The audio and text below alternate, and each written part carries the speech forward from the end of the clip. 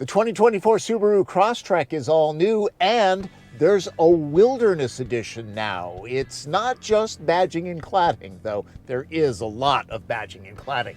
Plus, I'm taking your razor clamming, kind of a unique Pacific Northwest thing. Woohoo!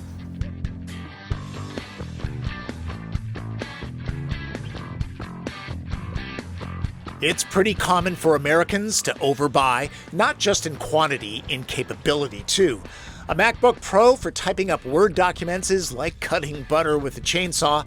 Trekking to trailheads with a Jeep Wrangler is great, but it'll probably park next to Subarus that didn't breathe all that hard to get there, especially if it's this. It might be hard to tell that this is a Crosstrek, but that's why I'm here, to point out subtleties. And for the first time, it's available as a Wilderness model. Those unclear that it's made by Subaru might check in with an optometrist. The brand that dogs love learned that capability, or at least the visual of it, sells when it came up with Outback and Forester Wilderness models. Could BRZ be next? Including the destination charge, a base Crosstrek retails for $26,300. The Wilderness package adds a lot of kit and $7,000 to that price tag. This one with upgraded Alpine green paint, and the only real option package that you can get on this that includes a sunroof and Harman Kardon sound goes for $36,000. If you're cross-shopping, and that's always smart, you'll be looking at Chevy Trailblazer, Ford Bronco Sport Badlands, and Jeep Compass. Things that make a Wilderness, besides the badging, cladding, and more cladding, check out the texture. There's light shielding to protect the powertrain. The revised suspension increases ground clearance a smidge from 8.7 inches to 9.3. And Subaru will send you a monthly check for advertising, or at least it should. A front-facing camera would help to place the tires in tough terrain. This is all that's offered. The unique bumpers, front and rear, improve approach and departure angles.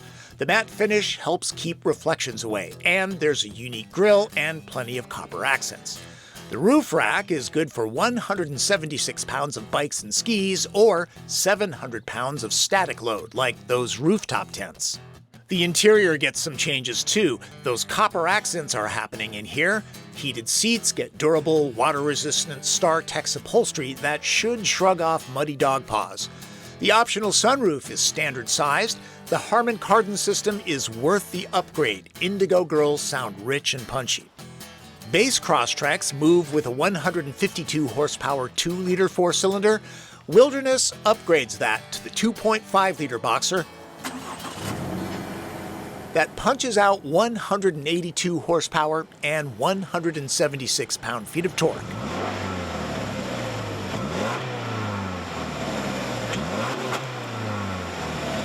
The continuously variable transmission, retuned for low-speed traction, gets a lower final drive ratio for improved climbing, plus simulated manual shifts. A new transmission oil cooler raises tow capacity to 3,500 pounds from 1,500. SI drive adjusts the throttle and transmission response. Subaru's symmetrical all-wheel drive adds X-Drive modes to adjust dynamics to better cross the surfaces that drivers want to tackle. Helping out are 17-inch alloys wearing more aggressive Yokohama Geolandar AT shoes, and there are graphics to inform what's happening. There's hill descent control as well. Some of these features are in regular Crosstreks, but Wilderness does add quite a bit. Since Wilderness only comes with the 2.5-liter engine, it has a decent amount of go power. It'll hit the 60-mile-an-hour mark in about 8 seconds. The athlete in this segment is the Jeep Compass with its turbo engine. It'll shave about a second off that. This naturally aspirated 4-cylinder doesn't hit its power band sweet spot until around 5,000 RPM. This is something that enthusiasts might notice. Mainstream buyers, not so much. The flat boxer engine, mounted deep in the engine bay, helps to lower the center of gravity, so the Wilderness bends around corners without feeling tippy, unless pushed overly hard. The steering effort is on the light side, though not overboosted, with a moderate amount of understeer. I've not driven the standard Crosstrek, but I have to believe that it and the Wilderness here have very similar driving dynamics in the city. This is great, but on the highway, there is a smidge less stability and there's a little bit more road noise because, you know, the raised suspension and the more aggressive tires. It's very livable though. I noticed some wind noise at highway speeds over 70 miles an hour, but less than Bronco Sport Badlands, and chances are owners will have gear on the rack. Subaru does do a very good job of tuning its continuously variable transmissions. This one is a little bit different than the one that I drove recently in the Impreza. They retune it for the Crosstrek Wilderness. And it does have a bit more of that rubbery, elastic dynamic that CVTs are known for, but it's certainly not a deal breaker. Also, the simulated manual shifts, they feel real. Feels like a real geared gearbox.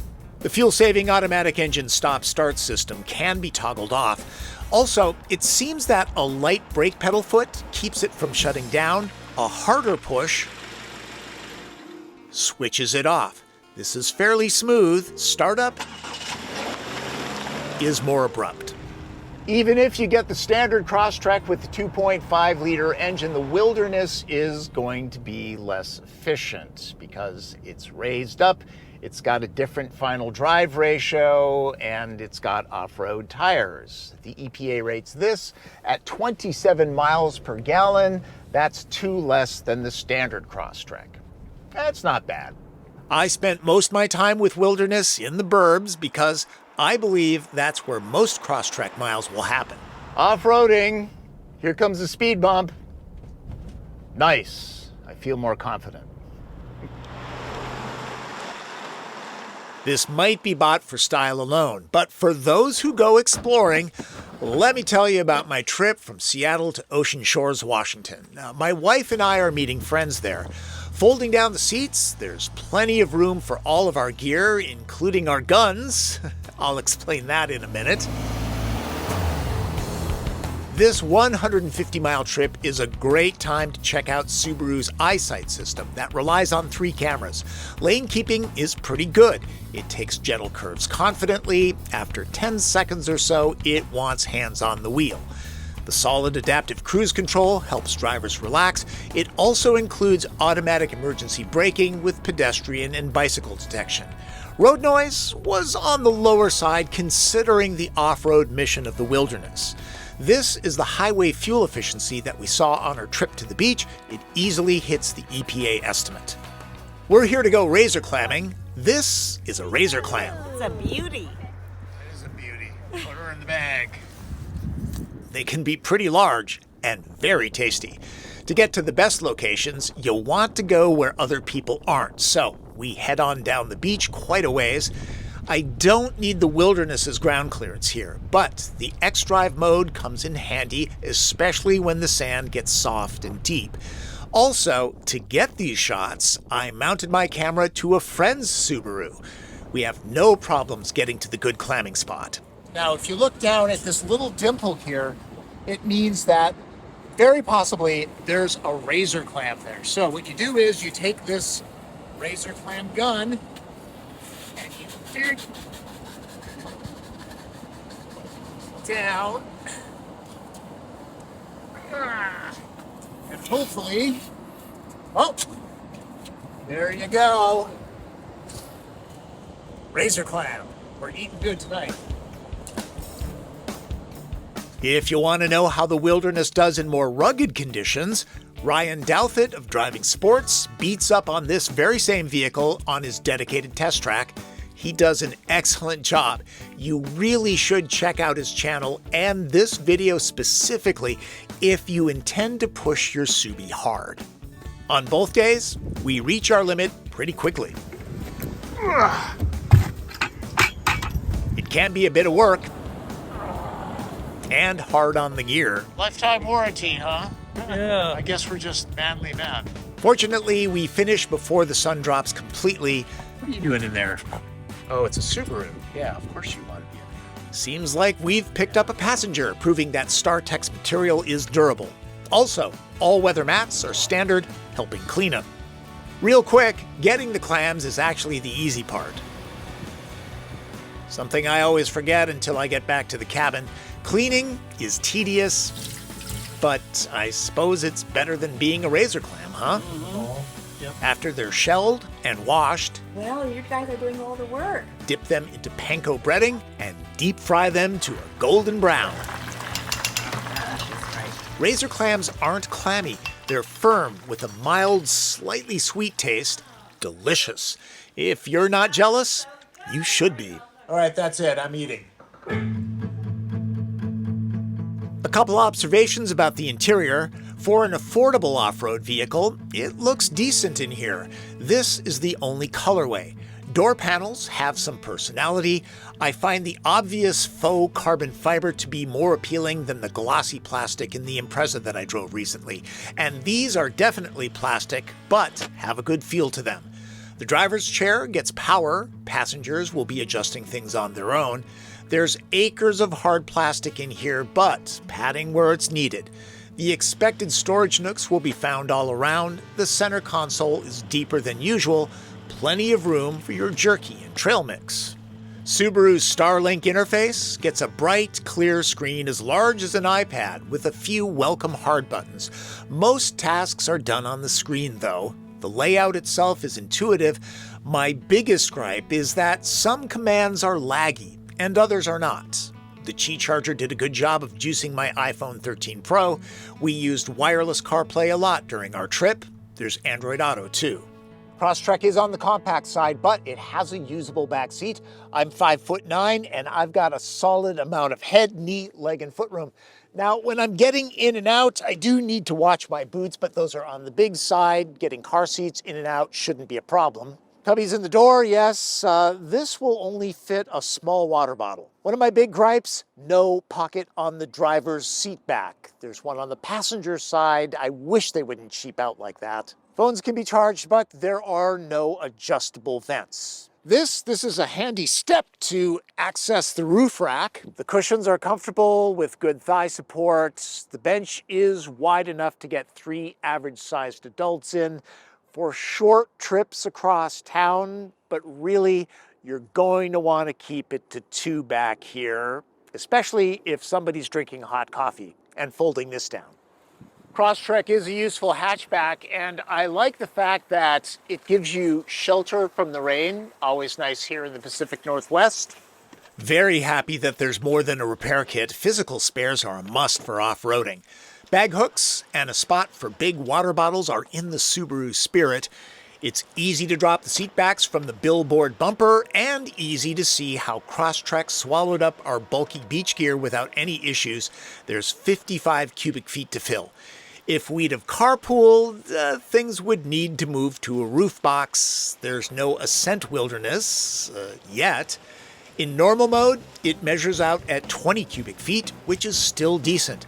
6 packs of the 2-ply is a solid score for a vehicle Crosstrek's size.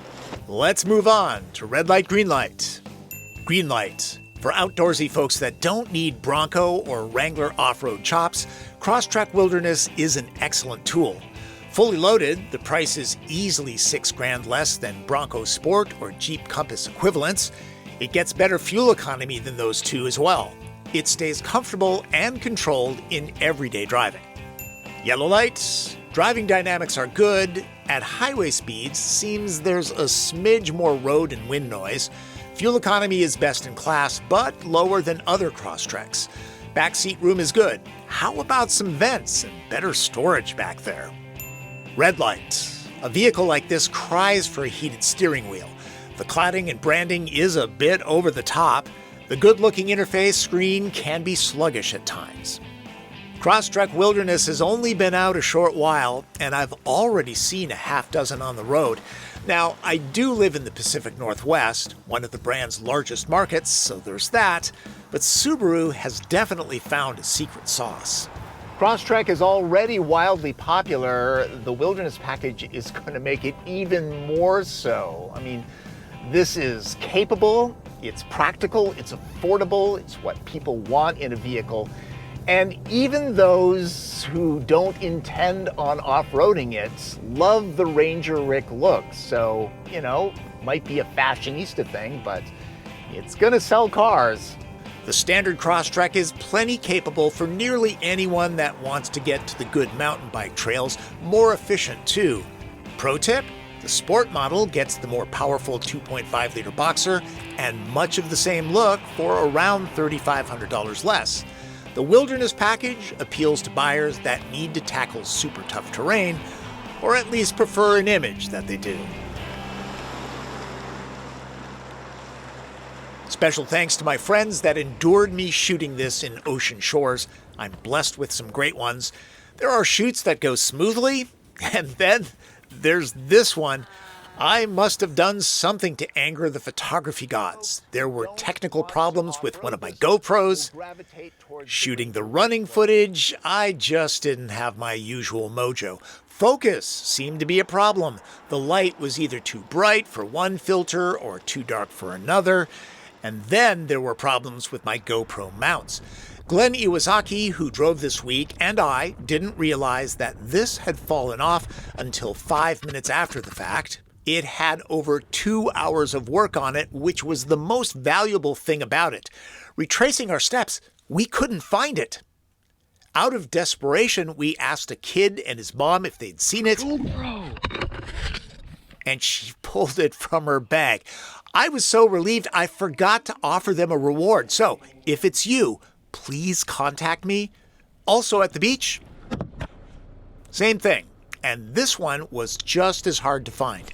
It's a big beach. Man, I'm having really bad luck with GoPros this week.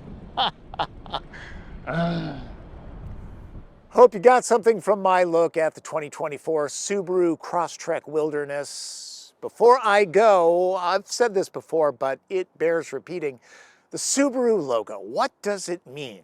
Well, for starters, it's the constellation Pleiades, and those stars represent the companies that came together to become Subaru. And also related, roughly translated from Japanese, Subaru means to unite. Makes a lot of sense, huh? Thanks for watching. Remember, subscribe to this channel, click notifications. You're here at the end. I'm assuming that you enjoy them. You can ask me a question, do it in the comments, or find me on social media. And if you want to support this channel, please do. You can do that using YouTube Super Thanks or Venmo. It's fast, it's easy, it's fun. Especially for me, since I'm getting gas money. That's Driven. I'm Tom Volk.